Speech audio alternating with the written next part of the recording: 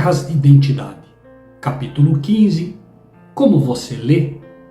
Hoje será um dia especial. Você está cheio de expectativa, entusiasmado com as perspectivas em potencial que estão por vir.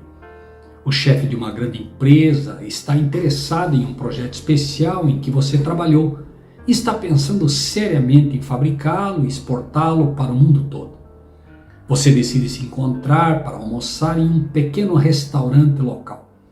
Como não o conhece, você olha nervosamente em volta, tentando identificar essa pessoa que vai transformar o seu sonho em realidade. Finalmente, ele chega e você aperta vigorosamente a mão dele, adentra o restaurante e se acomoda. Para se familiarizar, seu parceiro pergunta um pouco sobre sua família, onde você mora, como estão seus filhos, se estão na escola. Tudo está indo muito bem, exceto pelo fato de que logo atrás de você um sujeito que desenvolveu uma verdadeira arte de beber sopa faz muito barulho. No começo você o ignora, mas depois de um tempo isso começa a ficar irritante. Algumas pessoas precisam aprender boas maneiras, você pensa consigo mesmo, mas o ignora novamente para não se distrair. A conversa com seu possível parceiro de negócios está indo bem e você está no meio da discussão de algum dos benefícios extras do seu design, quando de repente o sujeito atrás de você dá um arroto horrendo que quase chacoalha os talheres em sua mesa.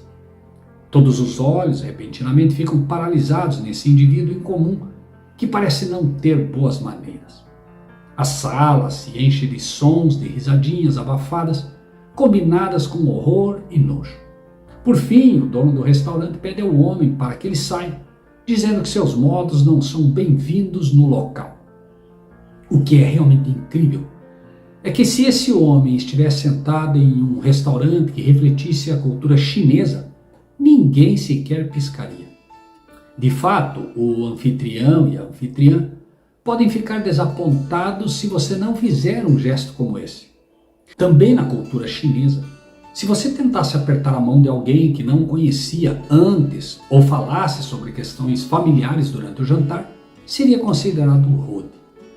É incrível como as mesmas ações podem ser interpretadas de maneira completamente diferente, dependendo de qual cultura ou visão do mundo você tem ou a que pertence.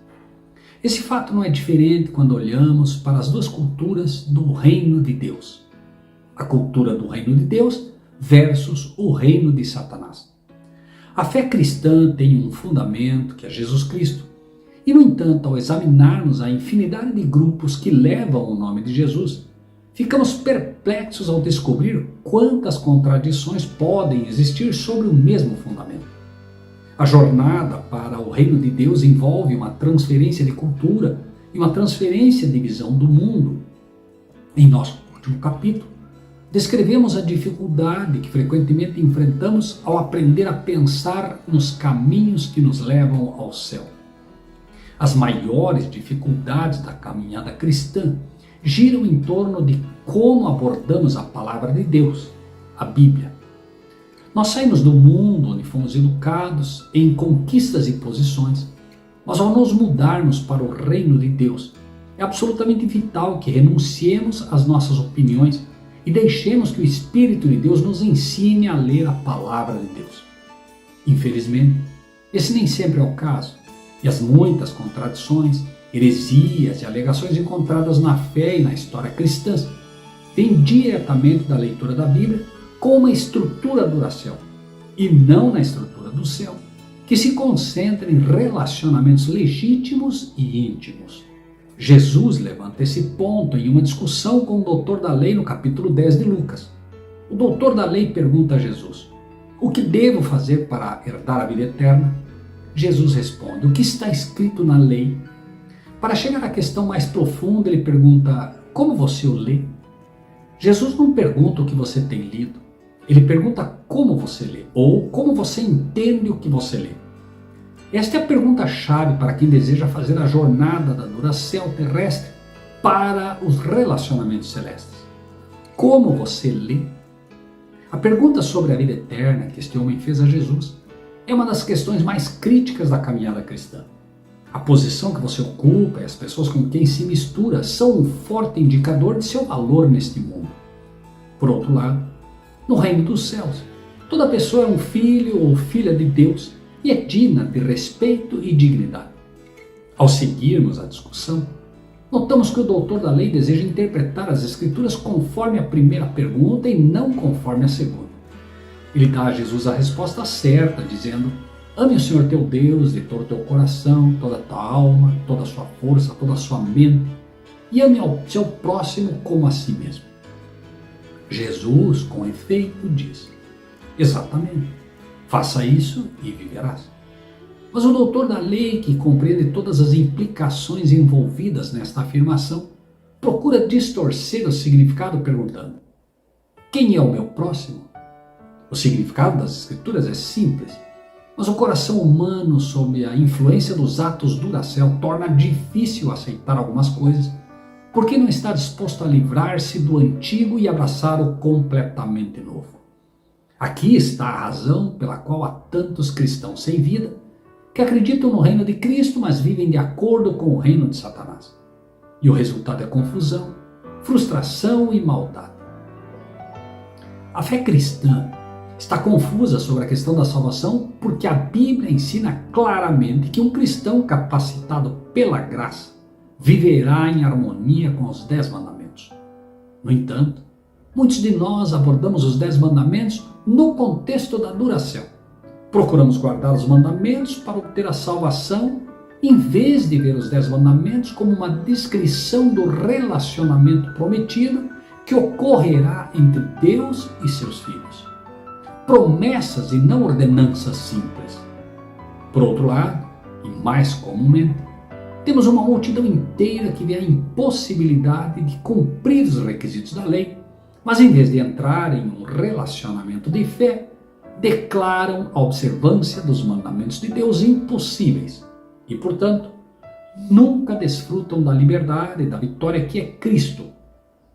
Seja que você busque ou não guardar os mandamentos, o problema, no entanto, ainda é o do desempenho, quando deveria ser de relacionamento. Nenhum desses grupos entrará no reino dos céus, a menos que adotem os 10 mandamentos no contexto de um relacionamento baseado em fé com aquele que morreu por nós. Para o grupo de cristãos que adotam uma postura anti-performance e a impossibilidade de vitória na caminhada cristã, logo se segue que o Deus que eles servem também é incapaz de cumprir o que prometeu. Combine essa tendência com o desejo mundano de reconhecimento e não é surpresa encontrar estudiosos, professores e crentes cristãos que rejeitam a capacidade de Deus de criar o mundo em 6 dias literais. Assim como o doutor da lei dá a resposta de que ele deve amar o próximo, mas depois pergunta: quem é o meu próximo?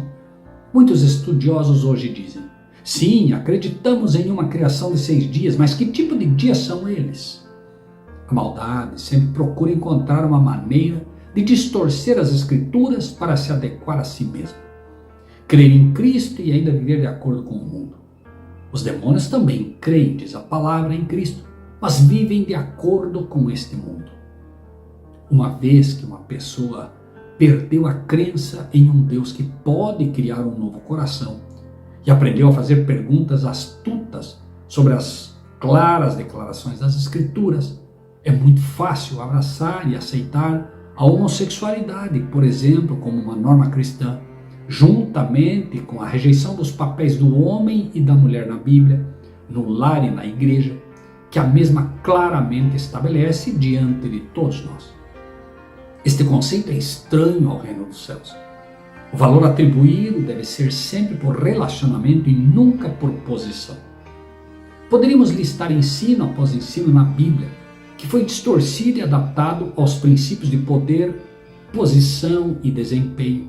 Mas creio estar esclarecido que, se afirmarmos sermos seguidores de Jesus, procuraremos interpretar as Escrituras de acordo com os princípios de seu reino e não do reino de onde viemos.